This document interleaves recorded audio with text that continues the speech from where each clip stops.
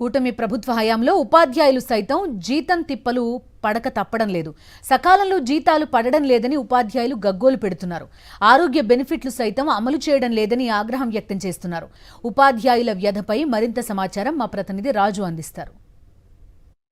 అధికారులకు వచ్చిన కూటమి ప్రభుత్వం కూడా టీచర్లకు సంబంధించి కూడా జీతాలు ఇవ్వడంలో కూడా సమయానికి తాత్సారం చేస్తుంది. దీనికి సంబంధించి కూడా అయితే వైఎస్ఆర్టీసీకి సంబంధించినటువంటి టీచర్కి సంబంధించిన నాయకులు ఉన్నారు, వీరితో మాట్లాడదాం.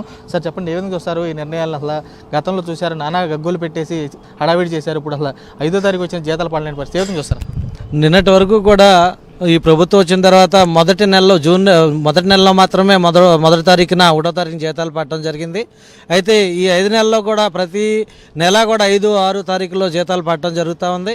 గతంలో అయితే కొన్ని సంఘాలు ప్రతి నెల 1, 2 తారీఖున జీతాలు వేసినా కానీ నానయాగి చేసేవాళ్ళు.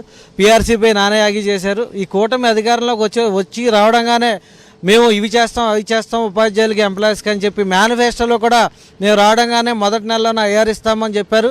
అదేవిధంగా డిఏలన్నీ క్లియర్ చేస్తాము, మీకు రావాల్సిన రాయితీలన్నీ కూడా ఇస్తామని చెప్పి వారు హామీ ఇవ్వడం జరిగింది. మేనిఫెస్టోతో సహా వారు పెట్టడం జరిగింది. అయినప్పటికీ కూడా 6 నెలలు అధికారంలోకి వచ్చినప్పటికీ కూడా మా జీతాలు కనీసం మా జీతాల మీద ఆధారపడి ఇతర ఏ ఆదాయాలు లేనటువంటి ఉపాధ్యాయ వర్గాలకి ప్రతి నెల మొదటి తారీఖుల్లో 2వ తారీఖులో జీతాలు రానట్లయితే మేము చాలా ఇబ్బందులు పడతా ఉన్నామండి. ఆ తర్వాత వాళ్ళ దగ్గర ప్రతి నెల కూడా సబ్స్క్రిప్షన్ వసూలు చేయడం జరుగుతోంది. ఈ రోజు నుంచి కూడా హాస్పిటల్స్ అన్నీ కూడా మేము ఓపీ అనుమతించము, హెల్త్ కార్డ్స్లో అనుమతించమని చెప్పి చెప్తా ఉన్నారు.